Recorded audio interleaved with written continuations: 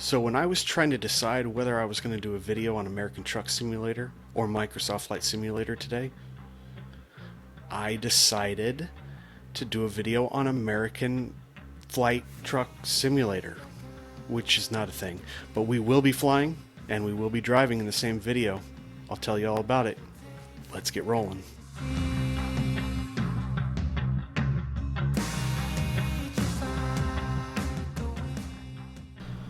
Alright, welcome back to the channel.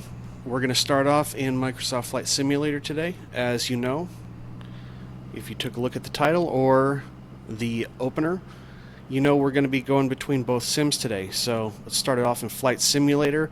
I'll tell you about the RP once we get up in the air. What you need to know right now is it is a very cold day in Sandpoint, Idaho. We have some precious cargo that we are going to be taking over to Great Falls, Montana. That's when we're going to meet up again with the truck who is going to put all this, complete their load so that they can take off and make it to an important delivery that they have. So cargo is already loaded. I'm going to go in and get inside, close all the doors, maybe. Oh, I think we got to close this one first. Latch that, close that, latch that, and with a little movie magic, we are back in the cockpit. So we have 650 pounds of cargo on here going to Great Falls, plus me, so that gives us, with about 140 gallons, which is 950 pounds of fuel, we're looking at about 5,500 pounds for takeoff, which is important because we are going to be using charts. This is a difficult plane to fly. I'm trying to make it as accurate as possible. Now, this isn't a detailed tutorial. I really, for those who are curious, I am going to be following the sheets with the manual that came with the plane because it's going to be a little bit difficult. The plane's already a little bit of a handful. We're up at a higher elevation, so I have different parameters, different maximums for my torque and my RPMs. It is snowing on the ground, so for those of you that know the plane, the engine inlet is probably going to be used. I'm going to be using part of the icing, and that's going to take a little bit off of the power of the plane, so I need to make sure I'm in constraints. So I'm going to get started. Once we take off, I will get up in the air and I'll explain what is going on today. Yeah, there is snow on the ground. I've turned the engine inlet to the bypass position. I don't want to ingest anything that is going to mess things up. Actually, it looks significantly clearer than I thought it was going to be, so that's pretty good. Landing light, strobe light, both on. Taxi light, auxiliary pump on. Make sure I'm not missing anything else. Yeah, wing flaps. Let's set flaps to 20. We got to set rudder trim in this, and if you guys are looking at the center screen, the MFD, the bottom left-hand corner, I am adjusting the very bottom of it, kicking in some extra rudder, some extra right rudder. Some people use a little bit of a right aileron as well. I don't use too much of it. I think it's really just the rudder. And we need to make sure this thing is a little bit back heavy, especially with the cargo. So I am going to get it, its nose pointed down a little bit. So that's my elevator trim, inertial separator. I think I'm going to run that today because we're looking at snow. Pitot heat is on. Based on using the inertial separator and the pitot heat, actually I'm going to go ahead and turn the heat off for this. That'll save me some. I'm only going to max it out probably in the high 1600s in terms of the torque, just to be on the safe side. Alright. Prop max. Condition lever is set to high. Landing lights and strobe lights, we are good. Let's start bringing her up.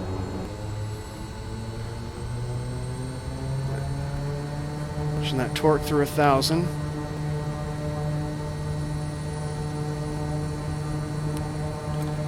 Good.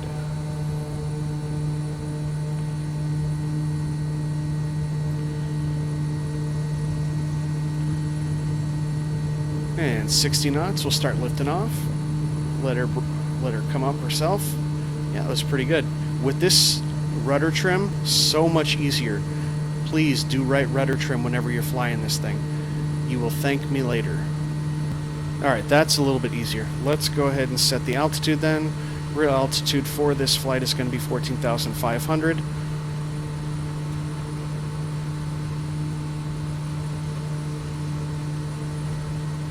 $14,500 set. Alright, we need to start looping around now that we have enough height. So we need to loop around so that we're heading back on a 210 to the NDB right at the airport where we just took off. I don't know if I could fly this whole approach and everything without the autopilot. But then again, I'm not a real pilot, so. Alright, we are pretty clear. I'm going to leave the pitos on, but I am going to turn the inertial separator off. Don't need that. 210, headed back to the airport. Once we are there, we'll get vectors to the next waypoint. Alright, well, I'm just going to continue the climb here. Oh, one more thing before I go. Now that we are essentially in the cruise climb portion of it, I am going to let off a little bit on the torque and the RPMs. But if you don't know this about this plane at this point, take the torque out on the power lever first, because when you decrease the RPMs, you are going to introduce additional torque, as you can see right there on the MFD. And I'm going to reduce that to about 2130 for right now. That's about good. Alright, I'm going to get up to cruise climb and I'll be back with you. Alright, we are back. We're up at cruise altitude 14,500. We've got the landing light off and we've got the oxygen on. That's right here in the center, so we don't die. Yeah, pretty much we're just cruising right now. We're about 55 miles out of the next waypoint. It's the Mullen Pass VOR. And the whole trip is about 265 miles. I'm not going to take you through all of it. Just going to kind of take a look at Idaho, what's going on out here, and tell you a little bit more about the RP. So here's what's going on. It is about 9:30 in the morning here in Idaho. I left at about 7:30 from Great Falls, Montana, and here's the whole idea. We have a truck. It needs to go out from Great Falls, where our base is. And we had about 90% of everything that we needed to take it to a customer, except for some things that were delayed. The manufacturer is here in Sandpoint, Idaho, and there was no way that we could get a truck from Great Falls all the way to Sandpoint and then back. It's basically, by the time you do unload everything or load everything up, it's going to take minimum double the time that you would normally have with a plane, and that's why I have the company Kodiak.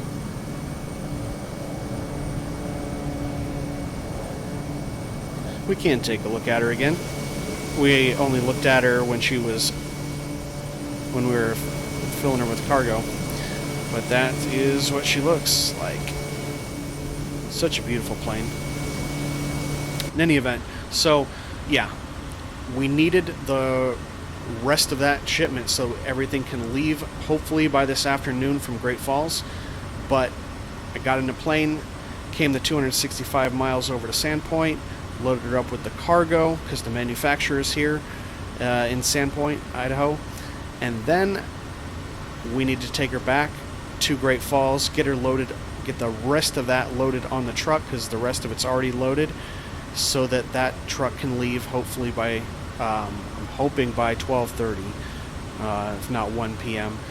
to go off on that delivery. So that is why I'm in a plane today, because logistics. It's fun, huh? But it gives me an excuse to kind of RP this, get a little bit of flight sim going, a little bit of truck sim going on. I'm not going to keep you around this whole flight. Obviously, that would be absolutely ridiculous. It's about an hour 45 real time. And I got to be honest, I don't even want to sit through that. So we're going to continue a little bit farther through a little movie magic. We'll fast forward, and I'll see you in a bit. Well, we are still in cruise. We're about 83 miles to the west. We're going to use localizer approach runway 03. Airport elevation's a little high. It's about 3,600 feet, or at least high compared to what I'm used to doing, which is a lot at anywhere between sea level and about 1,000. But yeah, just enjoying the flight. So this is kind of a new take on things. I haven't seen any videos myself. I don't know if there are any out there. I just haven't seen any that are combining Microsoft Flight Simulator with American Truck Simulator so that we can show how we're a complete transport company in this RP. I thought it was kind of cool. We'll see what people think. Let me know what you think. If you do like it, give me a thumbs up. Subscribe, hit the notification bell so you can see all the videos. Let me know what your thoughts are down below, though. So we're just cruising. We've got about another 60 miles before we need to begin our descent down for the approach for runway 3. I will be back with you in just a few. Alright, we're about 20 nautical miles from our first fix on the approach, so we have started the descent. We're descending at 800 feet per minute, and that should put us on track to be down at 8,300 by the time we enter the approach. I'm used to flying more on steam gauges. I appreciate it a lot more.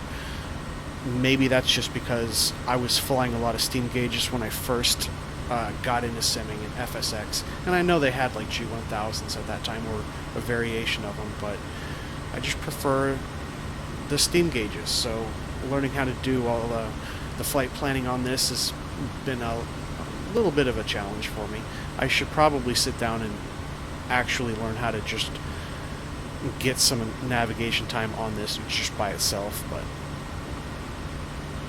in any event, that's probably something that I'll be doing a lot more, although I have to say that I'm really excited to be looking into some new aircraft coming relatively soon. I really like the idea of what Black Square is doing, and they have, I actually just bought their taxiway add-on, so it not only shows proper signage and makes it more realistic, but it also helps to correct all the problems that are inherent in Microsoft Flight Simulator, where they don't have the right taxiways labeled, and if a taxiway really is shut down or closed off, it's not modeled in the game. So that kind of cuts down on the realism, especially when you're trying to get used to it. You're trying to figure out your way around an airport that you're not familiar with, and then the game doesn't really model it right all the time. I thought that was kind of a bummer. So I do have that add-on by Black Square, and I am going to be looking into the Steam versions of most likely the Cessna 208, the Grand Caravan, as well as the King Air. And flying in X-Plane 11, I did a lot of flying with the Airfoil Labs King Air 350. For those of you that were flying with X-Plane 11, you probably know that add-on. It is a study level sim, but it also takes you through all of the step-by-step procedures of how to do your pre-flight and get up, so you actually have a walking path around the entire plane where you can remove the chocks, remove all the tie downs, and you have to do it in a specific order, and if you do not do everything, it won't start. So that's kind of cool. I would like to check out Black Square's King Air 350. It isn't modeled, as I understand, as nice on the outside. It isn't from the ground up. It is pretty much a Microsoft Flight Simulator exterior, and I don't even think you can even open the doors or anything like that, but it is supposed to be modeled in terms of its systems and in terms of its failures, and that's what I'm really interested in getting my hands on. So I see myself getting into Black Square a little bit here in the future, along with a lot of add-ons, which I'm finding are they're up there in price. I remember what they used to be when I was flying X-Plane a lot, and we still have add-ons over in American Truck Simulator, but there's a lot of, you know, trucks for 20, 30 bucks. Occasionally you'll run through one that's like 60 bucks or 80 bucks, and they even have a couple that are like 100 bucks. But to have everything be at like a $40 point, $60 point, $70 point, I mean, these are study level aircraft, and they're modeled really well, at least the ones that I'm looking at. So I think it's worth it. It's just I'm not going to be able to bring on as many add-ons as quickly as I would like to, especially because I also need to work on getting some other things. I need to get FS Realistic. I'll probably get GSX. There's so many things that I want to get, and I'm just going to have to pace myself a little bit. Otherwise, I'll just end up spending $1,000 on all these add-ons, and that's a little ridiculous. So, all right, well, we're in the descent. I'll be back with you when we're on final and when we land at Great Falls International. All right, we are on a 7-mile final, runway 03, and we are in the thick of it. We're right on profile, well, maybe a little bit high, but we are just trying to slow this thing down a little bit. Actually, what we should do is probably, we're good at about 600 feet per minute descent. If that changes, I'll redo that. So we have landing lights on, harness lever is locked. Speed, we need to lock in about, we actually need to be going a little bit faster. So yeah, I am going to take a little bit off the vertical speed. Let's cut it down to 400 feet per minute. Yaw damper can come off. We have flaps 10 right now. Once we get down to 115, then we'll engage 30 degrees, or 20 degrees rather.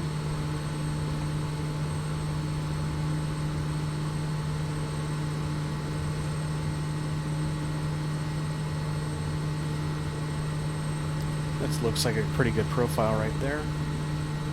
I would expect about 500. Let's go ahead and increase that down. 500 feet per minute on the descent.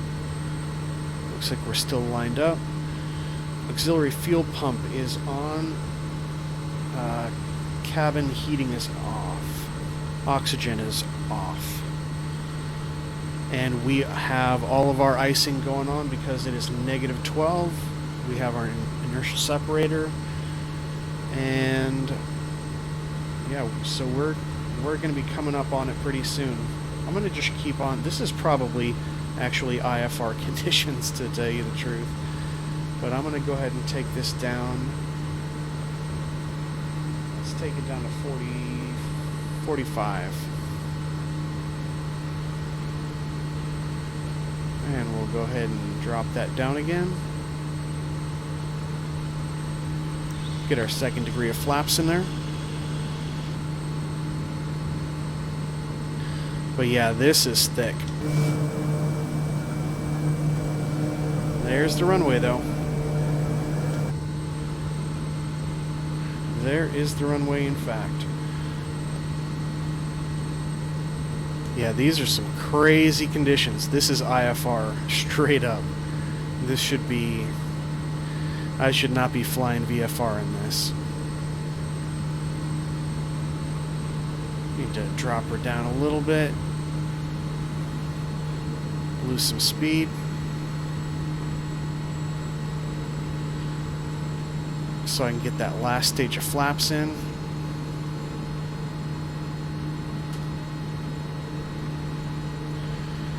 What's that last stage?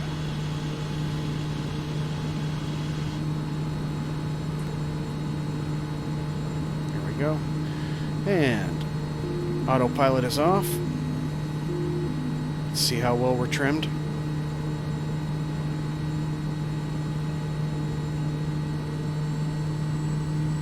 Need to add a little bit of speed.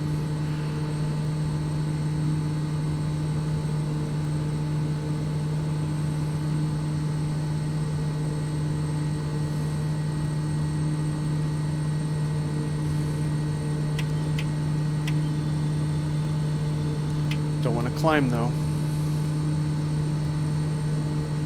Actually, just want to kind of stay level. There we go. Okay, we are back on the ground. Engine shut off in Great Falls. You did not miss the landing because it never happened. I got about a half mile from the runway threshold and Microsoft Flight Simulator froze on me. So that's a little frustrating to end a 265-mile flight a half a mile from the threshold, and you don't even get to land, so I have no footage. No one gets to see it, but that's okay. Let's just assume that we didn't die and that we landed, and now we've got to get this moved into the truck, so I'll be right back with you. Alright, we are here at Great Falls International Airport. We just got everything moved from the plane onto this small trailer. I wasn't sure if we were going to be able to get our full-size trailer in here or not, so I just brought the small one, just a little pup. We've got our Freebird Transport logo on the side of this International 9900. We even got the little beard trucker guy in the back. Anyway, so get her fired up here. There we go. Yeah, I wasn't sure if I was going to get the big guy in here, so this trailer is enough to haul the cargo back to base, which is not too far away, and then we'll get it loaded up with the rest of the freight. Because everything else is already loaded. We just need to take this and load it onto the back, and then we can take off.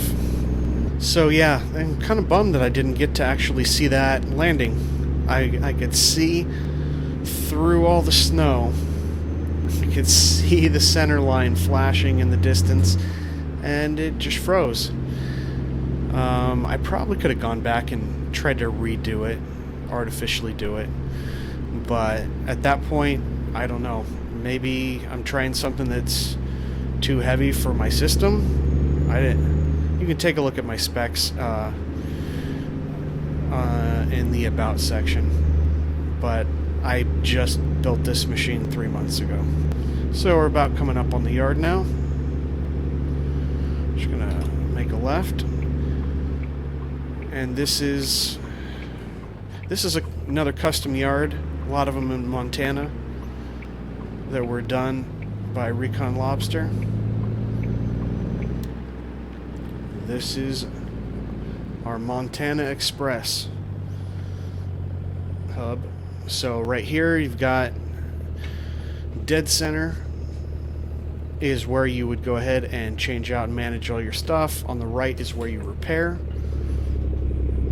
On the opposite side of what I'm doing is where you can fuel up.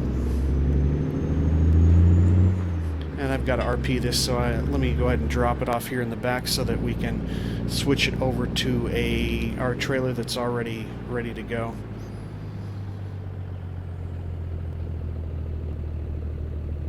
I'm going to check our fuel. Fuel's actually pretty good.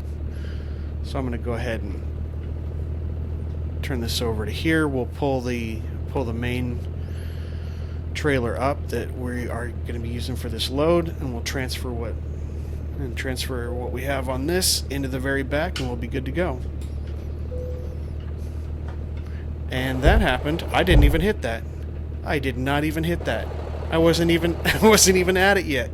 So right. Oh man. They told me, don't make a video where you fly and you drive at the same time. It's too much. It's too weird. I'm thinking, I think it would be interesting. What's the worst that could happen? Well, having an interesting day here, that's for sure. I'm just going to go ahead and park this and call her good. Alright, let's get everything moved over to the other trailer, and we'll be out of here. Alright, we are all loaded up. Got the trailer. A little bit of a mix here. Freebird Transport truck with a Black Swan Transport trailer. That is compliments of goggles. and we are headed over to Jackson, Wyoming, and we have some machine parts. So it shows 8 hours 47 minutes game time. We're obviously going to be chopping this one up a little bit. It says we are carrying 35,000 pounds of machine parts. I don't know exactly what type of machine parts. That's kind of the reason why these are supposed to be so important, I guess. Is I have absolutely no idea what's in them. Maybe I'm not supposed to know what's in them. After 100 yards, turn right. Turn right. And obviously where we just came from in Sandpoint, Idaho to go pick these up. Look, I just knew the guy's name. I don't even know if that was his real name, but I don't even know what company that guy is representing, so maybe I don't want to know.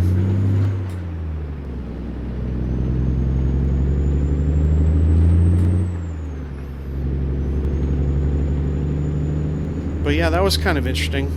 Get the whole flight in with Flight Simulator, so I can get some stuff kind of VIP. After 100 yards, turn left. Move it over real fast, and then we'll take the truck the rest of the way. Turn left.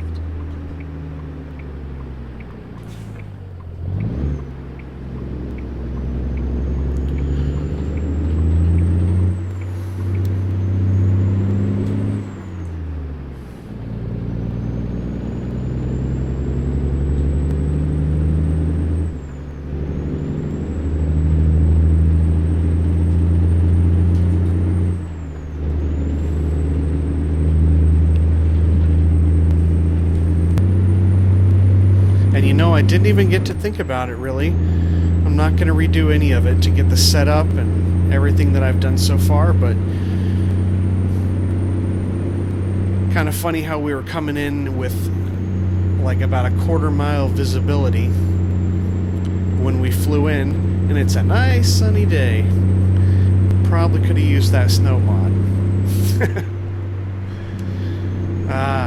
Too many things to think about between Microsoft Flight Simulator, all my setup and everything, trying to put everything together as if it was like cohesive, like storyline. Well, maybe this is why people don't do this kind of thing. But it's okay. I feel like I'm going to get a lot better once I get a lot more experience with Microsoft Flight Simulator. We're having fun, trying something different. Honestly, I didn't expect to get 100% through this and without any sort of glitches. Different kinds of glitches than I had anticipated, but that's okay. We're going to get better as we get more experience. So we're just going to kind of kick back, roll down the road. Now we'll get back to you in a little bit. Alright, we're just driving through Idaho Falls right now. We've got about another 100 miles left till Jackson. Nice little combine sitting there. And pretty scenic view around here. I did want to ask, since we are, kind of doing the whole flying and driving thing, how many of you are actually interested in both Flight Simulator and Truck Simulator? Or am I know there's some people that do both. I've seen them review both games, but maybe not a ton of people. I don't know. I know there's a lot of people that do American Truck Simulator. They also do Farm Simulator or something like that, but I don't know how much the crossover between Truck Simulator and Flight Simulator really are. Maybe that's why I haven't seen any videos of people combining that, but let me know how many of you are interested in both. So anyway, give me some feedback. Like I said, we're probably about 80 miles out right now, game miles, so I'll get back with you. We'll do a little time lapse.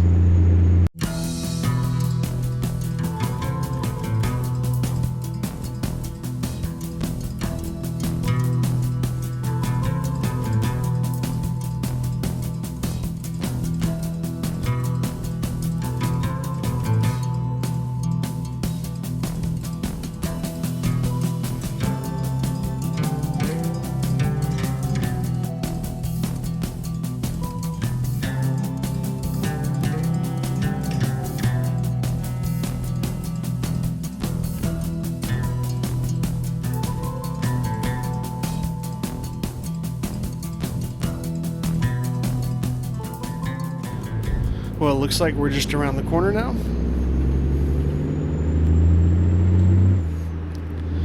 Didn't want to make that.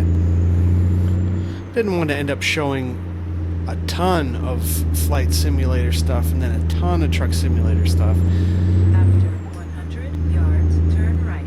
I mean, maybe we can go into more depth on another video, but I think, like, really, if I'm going to go into depth, I'm probably just going to stick to a flight simulator video. If I want to do something more that just surrounds, like, a particular truck or a mod in ATS, then maybe I'll just do that, and I won't do...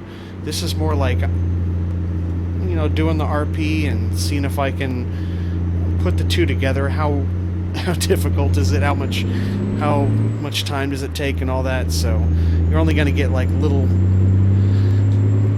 bits here and there with the flight, little bits here and here with the truck. So, Turn right. but let me know what you guys thought. We're pulling in right now. Turn right.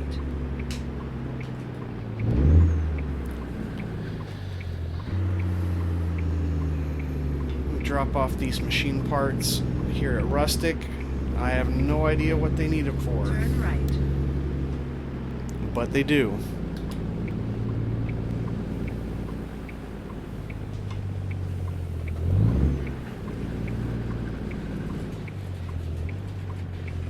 You have reached your destination. Get our four-ways on. Pull down the windows. And we're dropping off right up there.